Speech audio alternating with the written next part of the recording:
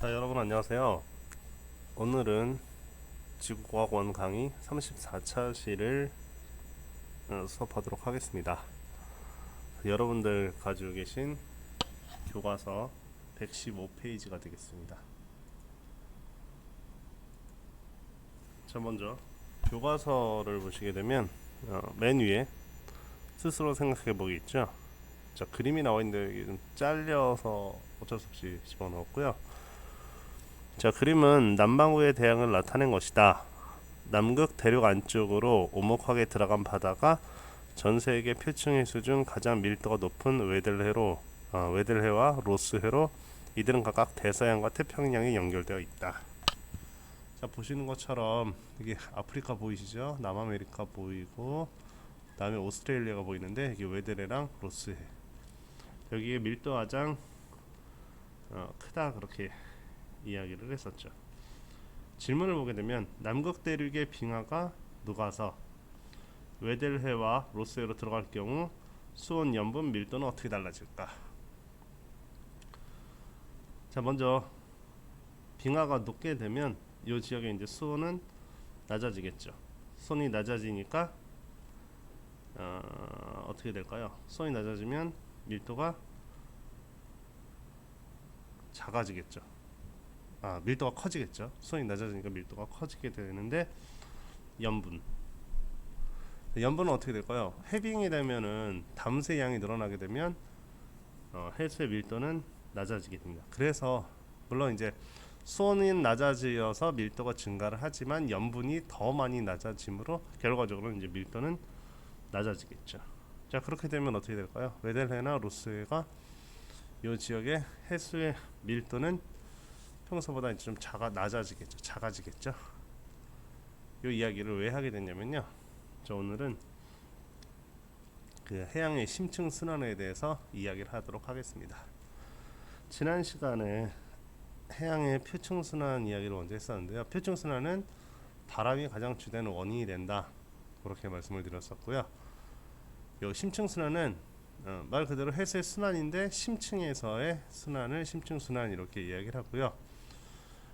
표층 순환에서 바람이 원인이 됐던 것과는 좀 다르게 여기서는 이제 열렴 순환 이렇게 표현을 했는데요. 열렴 순환은 이제 열정의 문제, 수온 있죠. 열정의 문제와 다음에 염분의 양에 따라서 밀도가 결정이 되기 때문에 즉 밀도 차이로 인해서 나타나는 순환이기 때문에 열렴 순환 이렇게 이야기를 합니다. 자, 어떻게 해서 시작을 하게 되냐면요. 심층 순환은 먼저 표층수들 중에서도 이제 위도에 따라서 또는 뭐 이제 담수의 유입이나 또는 결빙과 해빙에 따라서 이 해수의 밀도가 달라지게 되는데 이제 표층수 중에서도 이제 밀도가 높은 곳 아까 뭐 웨델해나 이런 데 있었죠. 그렇죠? 자, 그런 지역에서 밀도가 높은 표층수가 침강을 하면서 발생을 하는 거죠. 그래서 물이 이제 아래로 연직적으로 내려간다 이런 이야기고요. 심층 순환은 그래서 깊이에 따라서 순환 구조가 달라지게 되는데 이게 그림에서 보시게 되면 약 1500m까지 깊이에서 흐르는 해수는 중층수라고 이렇게 이야기하고요. 평균 이제 해양의 평균 수심이 4000m 넘기 때문에 1500은 이제 깊은 바다는 아니죠. 1500m를 이제 중층수라고 하고 그 아래 이제 심층수, 그다음에 이제 저층수 보는 것처럼 저층수가 위치를 하게 되고요. 그림에서 보는 것처럼 대서양을 나타낸 거거든요. 이 그림은 교과서 115페이지 오른쪽 아래쪽에 있는 그림인데요. 대서양의 심층 순환 이렇게 나와 있어요. 대서양의 심층 순환은 여기 보시는 것처럼 남극 저층수와 북대서양의 심층수, 그 다음에 요 중층수는 남극 중층수도 있고 다른 지역에서 온 중층수들도 구성이 돼서 순환이 나타나게 된다 이렇게 표현을 했죠. 근데 이제 표층 순환에 비해서 심층 순환은 유속이 매우 느리기 때문에 흐름을 관찰하기가 어려운 그런 점이 있습니다. 그렇기 때문에 이제 뭘 통해서 알 수 있냐? 이 해수의 수온과 염분을 통해 가지고 이게 어디로부터 기원했구나, 어디로부터 왔구나를 알아낼 수 있게 된 거고요. 직접적인 관찰은 어렵다는 거 기억을 해주시면 될 것 같습니다. 자, 다음 페이지로 넘어가서 여러분들 가지고 계신 교과서 116페이지 보게 되면 실험 탐구가 있거든요. 자, 과정을 보시게 되면 비커 A, B, A와 B에다가 이제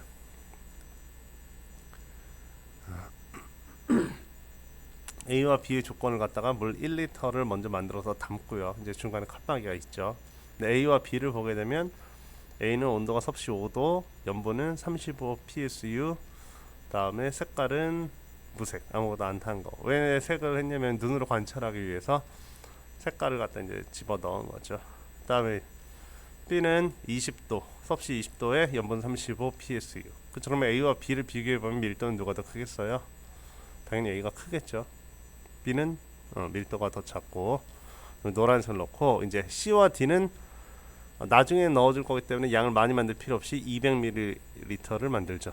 A와 B는 1리터를 만들었고, 그러면 이제 C와 D를 보게 되면 C는 온도가 2도, 다음에 염분은 36 PSU, 다음에 D는 온도 2도에 염분은 34 PSU 이렇게 해서 초록색과 빨간색을 만들어 놨죠. 칸막에 있는 수정 칸에 A 조건의 물을 3분의 2 정도 채우고 B에도 3분의 2 정도를 채웠죠.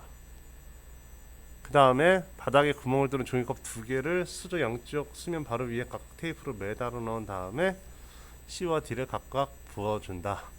그 다음 여기서 뭘 나타내고 있냐면요, 이제 물의 이동을 관찰하게 될 텐데 무엇을 나타낸 실험이 되겠냐면, 자, A는 먼저 5도에 35 PSU니까 심층수를 나타낸 거고요. 원래 있었던 거니까. B는 표층수를 갖다가 나타낸 거죠. 20도에 35 PSU. 다음에 C와 D는 이제 다른 데서부터 오게 된 건데, C는 저층수라고 볼 수 있는 게 밀도가 가장 이 중에서 크죠.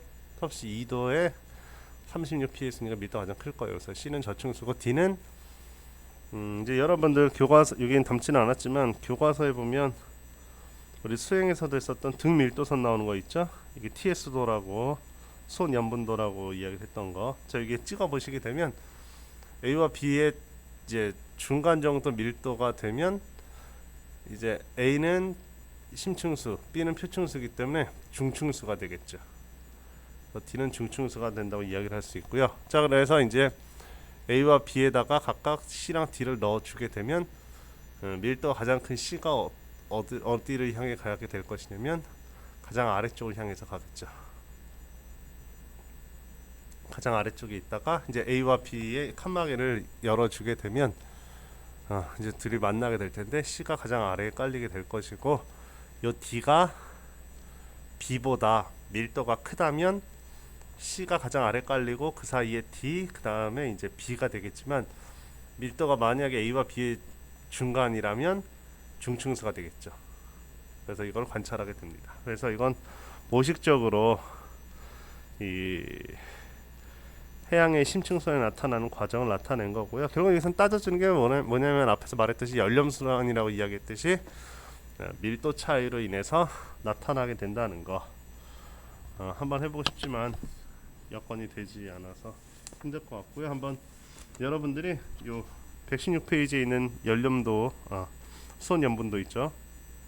수온 염분도에 A, B, C, D를 한번 이렇게 찍어 보시고 밀도를 비교해 보시면 결과를 예상할 수가 있을 것 같습니다. 자, 이번 심층순환은 좀 내용이 적어서 빨리 끝날 것 같은데요. 이 교과서에 있는 사진 117페이지이고요. 심층순환의 역할에 대해서 한번 이야기를 해보겠습니다. 먼저 이 그림을 보시게 되면 흐름이 나오게 되는데 보라색과 그다음에 파란색과 빨간색이 나오게 되죠. 자, 여기 파란색이 의미하는 게 얘가 이제 심층수가 되겠고요. 심층수. 빨간색이 표층수. 그 다음에 이제 보라색이 이제 중층이겠죠. 가운데 있는 중층이 될 것 같습니다. 자, 보는 것처럼 표층순환과 심층순환은 서로 연결이 되어 있다는 거죠. 표층순환에서 심층수로 전환이 되는 것이 나타나죠. 주로 어디가 나왔냐면 여기 북대서양 쪽에 이 표층수가 파란색 심층수로 변하는데 층강 지역 있죠. 여기서 이제 표층수가 중층수가 되는 증강적도 나타나고, 여기 이제 남극 아까 외대래랑 있었죠. 그 다음에 이제 중층수가 심층수가 되기도 하고, 그 다음에 심층수가 표층수가 되기도 하는 그런 과정들을 겪게 되는데요. 그래서 이런 것들은 이제 연결이 되어 있다는 거. 자, 극지역에서 형성된 대부분의 이제 심층 해류는 극지역에서 만들어지죠. 밀도가 커야 되니까. 심층 해류는 해양의 저층에서 적도를 향해서 이동을 하고, 이 가운데가 적도죠, 그렇죠? 적도를 향해서 이동을 하고, 다 아래쪽으로 적도를 향해서 가죠. 적도를 향하고 표층 해류가 적도에서 극적으로 흐를 수 있다. 자, 이때는 이제 표층 해류가 다시 적도에서 극적으로 이동하게 되면 다시 이제 심층수로 변화하게 될 때겠죠. 그래서 역할을 보게 되면 전체 해수를 순환시키는 역할을 한다. 바다만 이렇게 전체적으로 표층이 아니라 이제 안쪽까지도 섞어주는 그런 역할을 하고요. 자, 이 표층이 아닌 전체 해수의 순환이 어떤 역할을 하게 되냐면, 자, 저위도의 열을 고위도로 전달을 시켜주는 역할을 하죠. 우리 앞에서 대기대순환에서도 이야기했던 것처럼 열을 전달을 하게 되는데, 심층순환이 약화가 되면 이제 에너지 전달도 잘 안 되겠죠. 그러면 이제 뭐 저위도 지역은 더 뭐 기온이 올라갈 수도 있고, 고위도는 더 추워질 수도 있고. 근데 이제 그 두 지역만의 문제가 아니라 중간 지역들까지 해서 변화가 나타날 거라고 예상을 하고 있죠. 그래서 지구의 전체적인 기후에 변화가 생길 수 있다. 뭐 이 부분은 아직까지 뭐 추정만 할 뿐이고 여러 가지 예상이 되는 그런 것들이 있지만 뭐 아직까지는 겪어보지 않았으니까. 그래서 여러분들한테 마지막으로 과제를 내주고 싶은 게, 심층순환은 결국에는 이제 뭐 되게 그냥 단순히 순환만의 의미가 아니라 되게 큰 역할을 한다고 이야기를 드렸었는데, 만약에 심층순환이 약화가 되면 어떤 일이 일어날 수 있을지를 갖다가 간단한 근거를 들어서 리로스쿨에 올려주시면 되겠습니다. 자, 모두 수고하셨습니다.